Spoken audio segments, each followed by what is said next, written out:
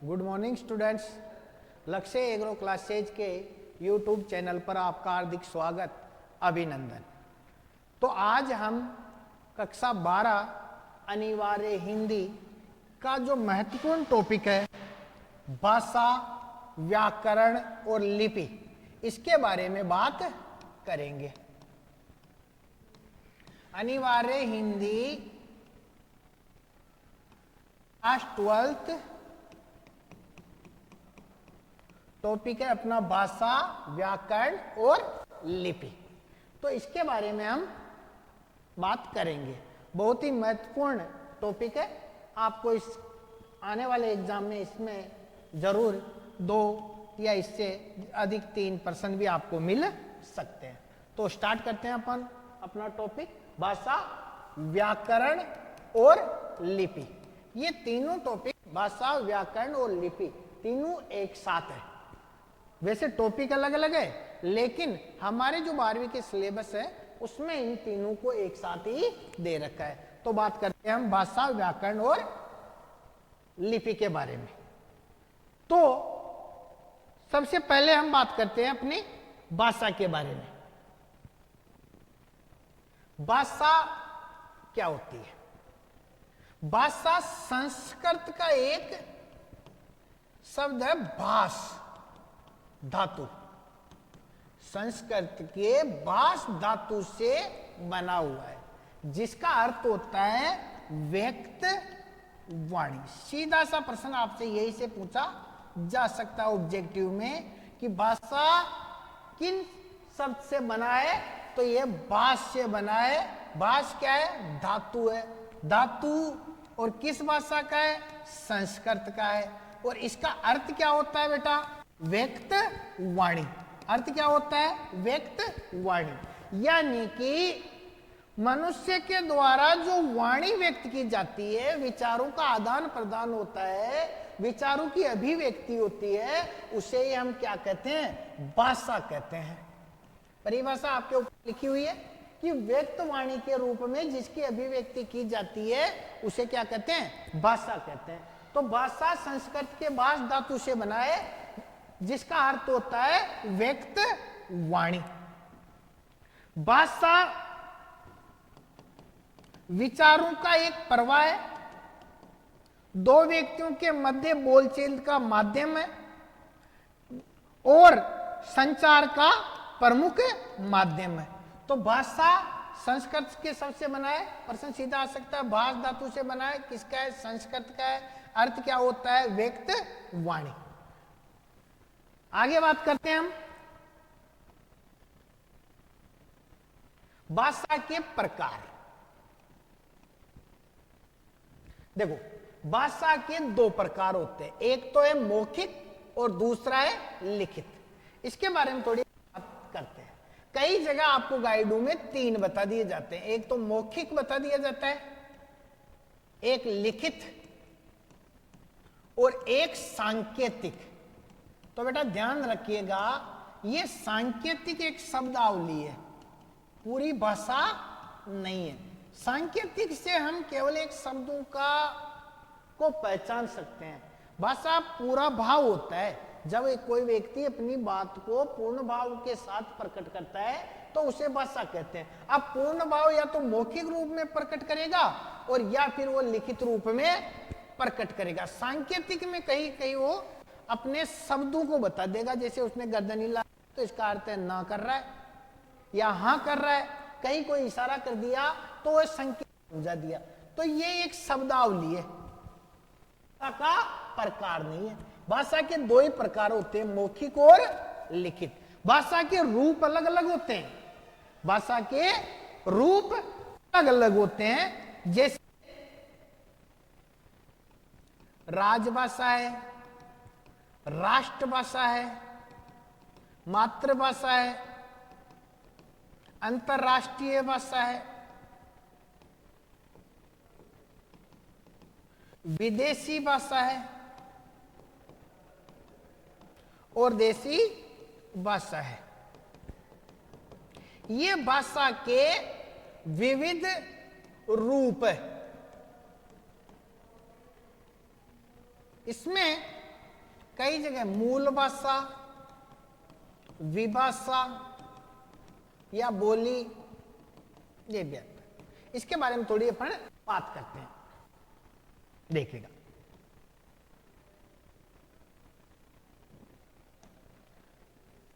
राजभाषा, हिंदी हमारे देश की क्या है?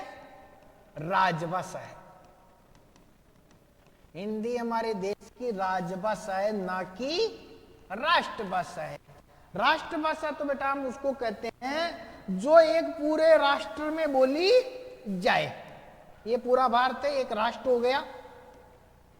अब ये उत्तर से दक्षिण तक और पश्चिम से पूर्व तक बोली जाए तो पूरे राष्ट्र की भाषा हो राष्ट्रभाषा। और ऐसी कोई सी भाषा नहीं जो पूरे भारत में बोली जाती है। हम केवल हिंदी बोलते हैं, इसलिए सम्मान रूप में इसको राष्ट्रभाषा कह देते हैं। जबकि भारतीय संविधान द्वारा हिंदी को किसके रूप में माना गया है? राजभाषा के रूप में। कब माना गया था? 14 सितंबर 1949। इसलिए प्रत्येक 14 सितंबर को हम क्या मनाते हैं? दिवस मनाते हैं, हिंदी दिवस मनाते हैं। तो जो भाषा हमारे देश में संवैधानिक रूप में मानी गई है, तो वो 8वीं अनुसूची में 22 भाषाओं का उल्लेख है। कितने प्रकार की राजभाषाएं हैं? इस प्रकार की। हिंदी क्या है? राजभाषा है। क्या नहीं है? राष्ट्रभाषा नहीं है। राष्ट्रभाषा क्यों नहीं है?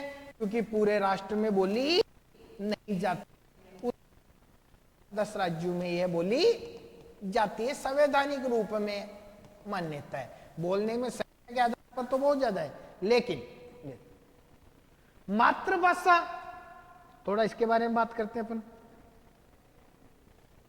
मातृभाषा ऐसी भाषा जो हम अपने मां, परिवार और आसपास के वातावरण से ग्रहण करते हैं, तो वो हमारी क्या हो गई? मातृभाषा हो गई।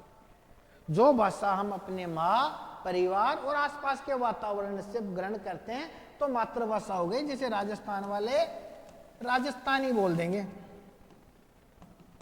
गुजरात वाले गुजराती बोलेंगे, महाराष्ट्र वाले मराठी बोलेंगे। तो ये इनकी क्या हो गई? मातृभाषाएं हो गई।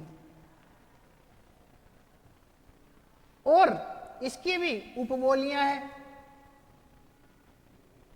तो मातृभाषा मां, परिवार और आसपास के वातावरण से जो बोली जाती है उसे हम क्या कहते हैं? मातृभाषा।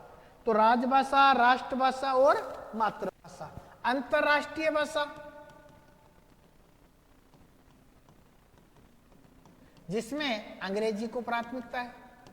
जो दो देश आपस में जो संवाद करते हैं वो किससे करते हैं? अंग्रेजी से।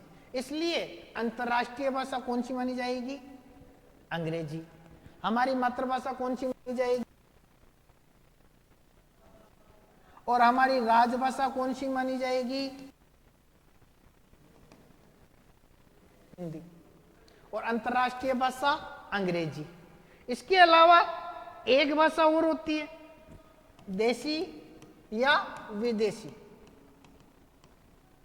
देसी भाषा उसको कहते हैं जिस भाषा का कोई व्याकरण नहीं होता, कोई उत्पत्ति का पता नहीं होता और कोई उसमें कोई ग्रंथ नहीं होते, तो वो देसी हो जाते हैं, व्याकरण नहीं होता। और विदेशी भाषा दूसरे देश में बोली जाती है और हम किसी रूप में उसको ग्रहण करते हैं। जैसे चाय, चीनी शब्द है लेकिन हिंदी में भी चाय बोल रहे हैं। रिक्शा पुर्तगाली शब्द है फिर भी बोल रहे हैं। तो जापानी शब्द है तो भी अपन बोल रहे हैं। चाकू पुर्तगाली शब्द है फिर भी बोल रहे हैं। तो जो भाषा दूसरे देश की है हिंदी में प्रयोग की जाती है उसे हम विदेशी भाषा कहेंगे। और जो हमारे देश में बोली जाती है जिसका कोई व्याकरण नहीं होता, जिसकी उत्पत्ति का पता नहीं होता, जिसमें कोई ग्रंथ और साहित्य की रचनाएं नहीं होती, उन्हें हम देशी भाषाएं कहते हैं। तो ये भाषाओं के विविध रूप हुए, लेकिन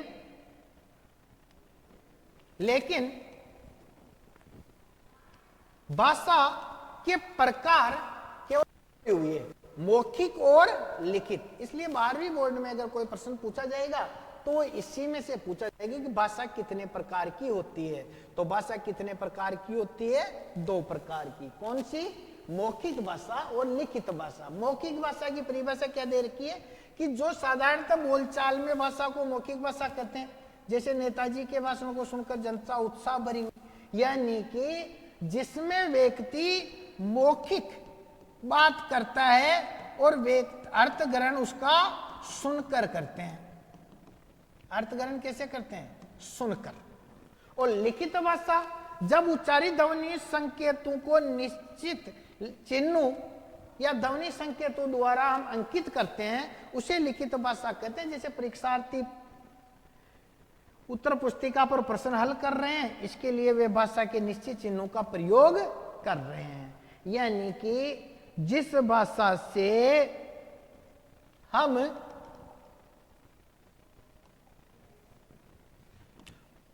एक बार और देख लीजिए, मौखिक भाषा और लिखित भाषा।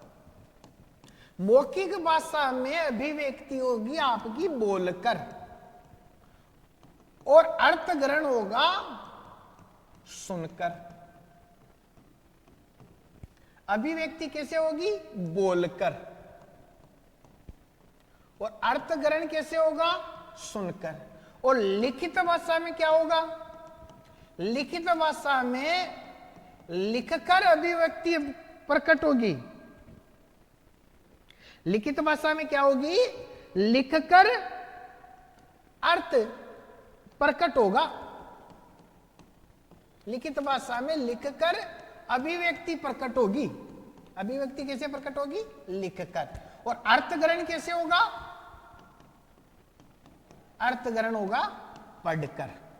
तो थोड़ा ऑब्जेक्टिव वाले क्वेश्चनों में ध्यान रखिएगा। मौखिक भाषा में कोई व्यक्ति अपने भाव विचार बोलकर प्रकट करता है और सामने वाला उसका अर्थ ग्रहण कैसे करेगा? सुनकर करेगा। और लिखित भाषा में कोई भी व्यक्ति अपने विचारों को लिखकर प्रकट करता है और सामने वाला पढ़कर उसका अर्थ ग्रहण करता है। जैसे हम अगर किसी से व्हाट्सएप में चैट कर रहे हैं तो ये लिखित भाषा हो गई, और मैं अभी पढ़ा रहा हूं तो ये कौन सी भाषा हो गई? मौखिक भाषा हो गई। तो भाषा के 2 ही प्रकार होते हैं, रूप अलग अलग होते हैं। रूप में मैंने राजभाषा, राष्ट्रभाषा, अंतरराष्ट्रीय भाषा, देशी भाषा, विदेशी भाषा के बारे में बताया। लेकिन भाषा के प्रकारों में हम बात करें तो ये लिखित भाषा और मौखिक भाषा, ये 2 ही होती है और दोनों की परिभाषाएं हैं ये। अब बात करते हैं बेटा भाषा की प्रमुख इकाइयां।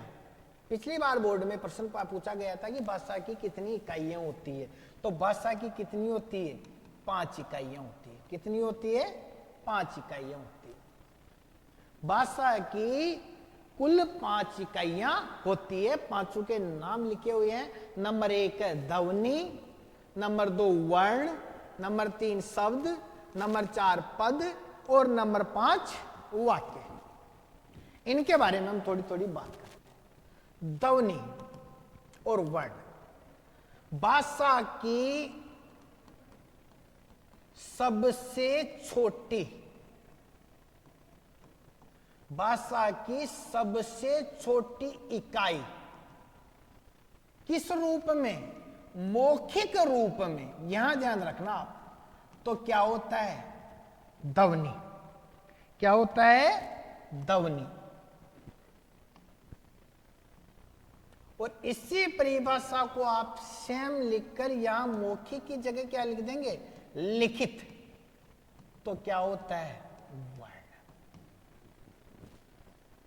भाषा की सबसे छोटी मौखिक इकाई ध्वनि होती है और भाषा की सबसे छोटी लिखित इकाई क्या होती है?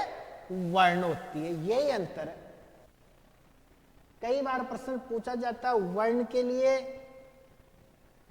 और ध्वनि के लिए, तो इन 2 आप शब्दों का जरूर ध्यान रखिएगा। अगर वो पूछ रहा है कि भाषा की सबसे छोटी मौखिक इकाई कौन सी है? ध्वनि। भाषा की सबसे छोटी लिखित इकाई क्या है? वर्ण। क्योंकि ध्वनि को हम लिख नहीं सकते, वर्णों को तो लिख देंगे। वर्ण तो जैसे स्वर और व्यंजन ये दोनों क्या इसमें आएंगे, वर्णों में आएंगे। ये ए है और ये क है, हलंत लगा हुआ है, तो ये तो क्या है, वर्ण। तो स्वर और व्यंजन दोनों को वर्ण कहते हैं। या इसकी परिभाषा कई जगह आपको इस रूप में बताए कि ऐसी ध्वनियां जिनके कोई टुकड़े ना हो, टुकड़े ना हो, तो उन्हें भी हम क्या कहते हैं, वर्ण कहते हैं। जैसे ये ए है, अब इसका कोई टुकड़ा नहीं होगा, ये हलंत लगा हुआ है, इसका कोई टुकड़ा नहीं होगा, तो वो भी वर्ण होता है। तो भाषा की सबसे छोटी मौखिक इकाई ध्वनि कहलाती है। भाषा की सबसे छोटी लिखित इकाई क्या कहलाती है, वर्ण कहलाती है। अब हम बात करते हैं थोड़ा शब्दों के बारे में।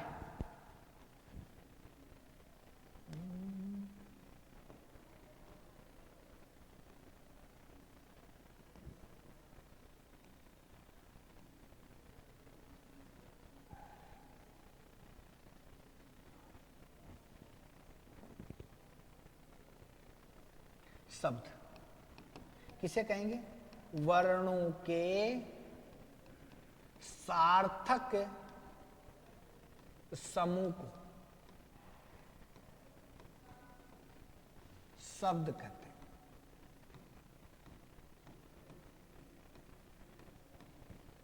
वर्णों के सार्थक समूह को शब्द कहते हैं। समूह कौन सा होना चाहिए, सार्थक। जैसे ये क दन ए, मैं दन ए और ले दन ए, तो क्या हुआ, कमल। तो ये एक फूल है, सार्थक है, तो क्या है, ये एक शब्द है। अगर इस क की जगह अपन मान लो ड लिख दिया तो हमारा शब्द क्या बन जाएगा बेटा, डमल। और अगर डमल का कोई भी अर्थ नहीं होता तो निरर्थक शब्दों को, समूह को, निरर्थक वर्णों के समूह को हम क्या नहीं कह सकते, शब्द नहीं कह सकते। किसको कहेंगे, केवल सार्थक को ही कहेंगे, जो बात हमारे समझ में जाए। स धन अर्थ, सार्थक में क्या हो गया, स धन अर्थ, यानी कि अर्थ के साथ हो। कई बार हम कह देते हैं स धन परिवार, तो स परिवार, परिवार के साथ, तो वैसे ही किसके साथ होगा, ये अर्थ के साथ। तो वर्णों के सार्थक समूह को क्या कहते हैं, शब्द कहते हैं। अब अगली बात आती है अपने पदों के बारे में, इसके बारे में थोड़ी बात करते हैं।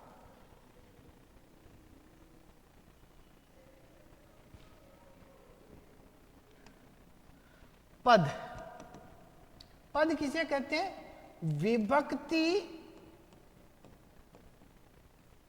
से युक्त शब्दों को, विभक्ति से युक्त शब्दों को पद कहते हैं। किससे, विभक्ति से। जितने भी कारक होते हैं उनके आगे आगे विभक्ति लगती है। जैसे कर्ता ने, तो ये विभक्ति है, कर्म को, कर्ण से, बाकी सब में लगती है। तो इन विभक्तियों से जो शब्द जुड़े होते हैं उन्हें क्या कहते हैं, हम पद कहते हैं। जैसे राम ने, कर्ता ने, रावण को, कर्म को, तीर से, कर्ण से मारा। तो विभक्ति से युक्त शब्दों को पद कहते हैं। और वाक्य यानी कि पदों से या शब्दों से एक पूर्ण भाव प्रकट करे।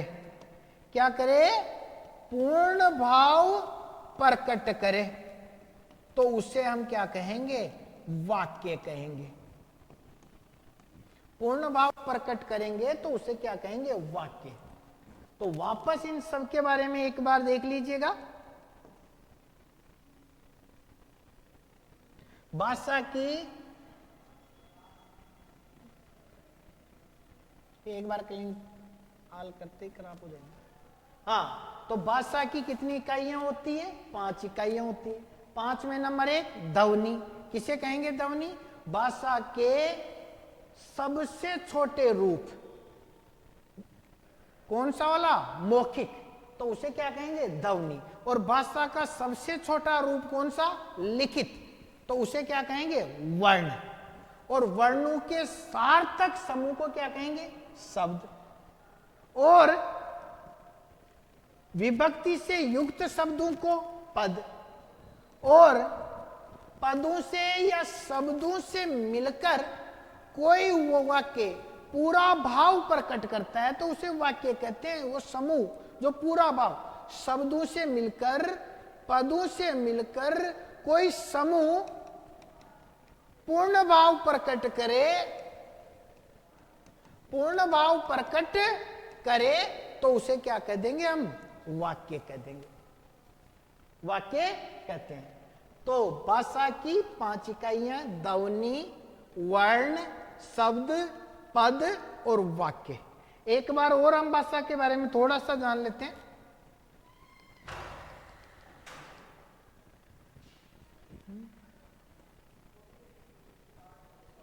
भाषा संस्कृत के भाष धातु से बना है, जिसका अर्थ है बेटा व्यक्त, वाणी। सीधा प्रश्न पूछा जा सकता है, भाषा किससे बना है? भाष से। भाष क्या है? धातु है। किसकी धातु है? संस्कृत की। धातु तो पता होगा आपको, क्लास 12th की क्लास चल रही है, पहले ध्यान रखना, इसलिए छोटी चीजें नहीं बता रहे, फिर भी और बता दे। क्रिया के मूल रूप को धातु किसे कहते हैं? क्रिया के मूल रूप को क्या कहते हैं हम? धातु। खा, पी, आ, चल, पढ़, लिख, बैठ, सुन, दौड़। और अगर इसमें ना जोड़ दे तो सामान्य क्रिया बन जाती है, सामान्य क्रिया बन जाती है। 9th 10th की क्लास है वो। तो भाषा संस्कृत के भाष धातु से बना है, जिसका अर्थ होता है व्यक्तवाणी। यह संस्कृत का एक शब्द है। और परिभाषा 2 व्यक्तियों के मध्य हो रहे मौखिक और लिखित संवाद को क्या कहते हैं? हम भाषा कहते हैं। भाषा के कितने प्रकार होते हैं? 2। कौन कौन से? एक मौखिक और एक लिखित प्रकार। सांकेतिक कोई भाषा का प्रकार नहीं होता, गाइड में लिखा हुआ है तो ना करें। सांकेतिक भाषा के विविध रूपों में, अन्य रूपों में राजभाषा हो सकती है। कौन सी है हमारी? हिंदी। कब बनी थी? 14 सितंबर 1949 को। इसलिए प्रत्येक 14 सितंबर को क्या मनाते हैं हम? हिंदी दिवस मनाते हैं, हिंदी दिवस मनाते हैं। इसके अलावा कितनी भाषाएं हैं देश में? 22 भाषाएं हैं। कौन सी अनुसूची में है? 8वीं अनुसूची में, 8वीं अनुसूची में। और हिंद क्या राजस्थानी कोई राजभाषा का दर्जा है? नहीं है। नहीं है तो किस में आ जाएगी? ये हमारी मातृभाषा में आ जाएगी। हम राजस्थान के तो मातृभाषा हमारी राजस्थानी हो गई, गुजरात वालों की गुजराती हो गई। अंतर्राष्ट्रीय भाषा अंग्रेजी है, हिंदी राजभाषा है। भाषा संस्कृत का शब्द है, अर्थ होता है व्यक्तवाणी। कितने प्रकार होते हैं? 2, मौखिक और लिखित। सांकेतिक नहीं होता। यह भाषा के बारे में हुई। अभी टॉपिक बहुत बड़ा है, लेकिन एग्जाम की दृष्टि से जो महत्वपूर्ण बातें हैं वही आपको यहाँ बताई जा रही है, ताकि प्रश्न सीधा मिल जाए। नहीं तो अकेले भाषा में 2-4 क्लासें हो जाए अपनी। आगे हम बात करते हैं भाषा के प्रकार है, दोनों की परिभाषाएं हैं। भाषा की इकाइयां 5 होती है, यही है। अब बात आती है व्याकरण की। व्याकरण वह शास्त्र है जो हमें किसी भी भाषा को शुद्ध रूप से, किसी भी भाषा को शुद्ध रूप से लिखने तथा बोलने के नियमों की जानकारी देता है, नियमों का ज्ञान कराता है। व्याकरण वह शास्त्र है जो हमें किसी भी भाषा को शुद्ध रूप से बोलने और लिखने की हमें जानकारी देता है, उसका ज्ञान कराता है, उसका बोध कराता है कि यह कौन सी है। तो उसे क्या कहते हैं? हम व्याकरण कहते हैं। व्याकरण का संधि वी प्लस आ प्लस कर्ण होता है। व्याकरण, व्याकरण में एक बार सीधा प्रश्न आया था, व्याकरण किसे कहते हैं? एक बार प्रश्न आया था, व्याकरण के शास्त्र से आप क्या समझते हैं? व्याकरण के शास्त्र से आप क्या समझते हैं? तो ये दोनों रूप में प्रश्न आया था, दोनों रूप में इसी की परिभाषा लिखनी है कि व्याकरण वह शास्त्र है जो हमें किसी भी भाषा को शुद्ध रूप से बोलने लिखने के नियमों की जानकारी देता है, के नियमों का बोध कराता है। व्याकरण के कुछ अंग होते हैं। व्याकरण के क्या हुआ? 4 अंग होते हैं। व्याकरण के क्या होते हैं? 4 अंग होते हैं। जैसे भाषा की जो 5 इकाइयां थी, उनमें से फर्स्ट वाली ध्वनि को हटा दो आप, और दूसरा वर्ण विचार,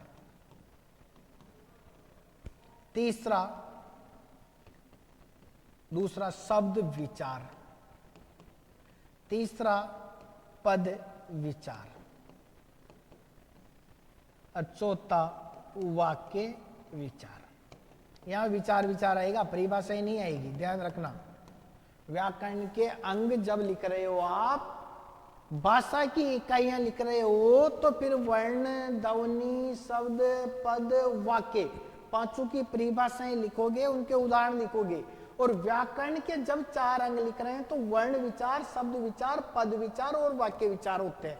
यानी कि वर्ण विचारों में हम वर्णों की उत्पत्ति, व्युत्पत्ति, वर्णों का उच्चारण स्थान, वर्णों का रूप, वर्णों के नाम, इन सब का हम क्या करते हैं? अध्ययन करते हैं।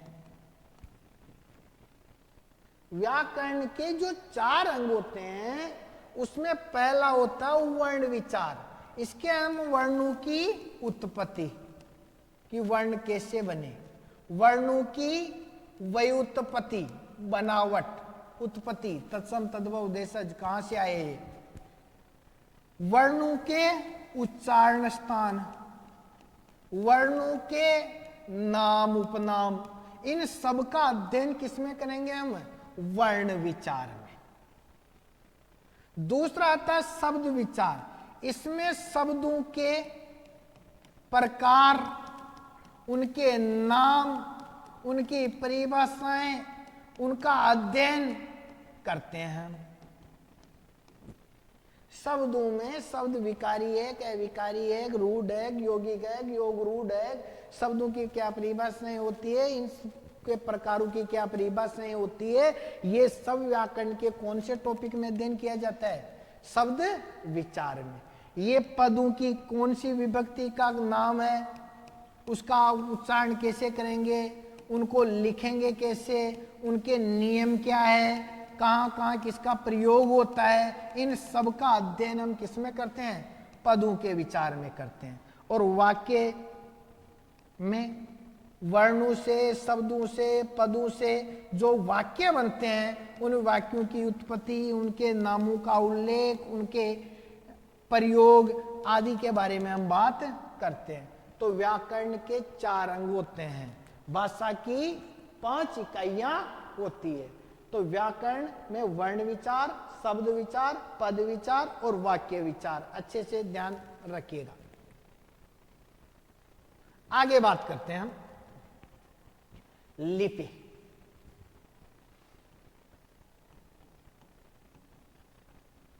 परिभाषा छोटी सी है, लिखित ध्वनि संकेतों को लिपि कहते हैं। जो भी हम बोल रहे हैं उसको जब लिखते हैं तो वो लिखने का रूप ही क्या कहलाता है? लिपि कहलाता है। पहले ब्राह्मी लिपि चलती थी, सिंधु घाटी सभ्यता में सेंधव लिपि चलती थी, और हमारे ब्राह्मी से उत्पत्ति हुई देवनागरी लिपि। तो हिंदी भाषा की लिपि कौन सी है? देवनागरी। देवनागरी यानी कि देवताओं का जो उल्लेख होता था, अरे ये नागरी शब्द आया, नागर जाति के जो ब्राह्मण थे, वो सबसे पहले उन्होंने धर्म के प्रचार प्रसार के लिए एक लिपि की खोज करी थी, इसलिए इसका नाम क्या पड़ गया, देवनागरी। एक तथ्य तो ये है। एक तथ्य ये भी कहता है कि देवताओं ने स्वयं ही इस लिपि का निर्माण किया, इसलिए इसका नाम क्या पड़ गया, देवनागरी। लेकिन दूसरा तथ्य अपना सही है कि देव जो पिछले समय में जो भी ग्रंथ थे, जो भी श्लोक थे, संस्कृत भाषाओं में लिखे जाते थे, धर्म का प्रचार प्रसार करने के लिए केवल भाषाओं का अध्ययन होता था, वह एक सीमित क्षेत्र में होता था। उसको विस्तृत रूप में देने के लिए लिखित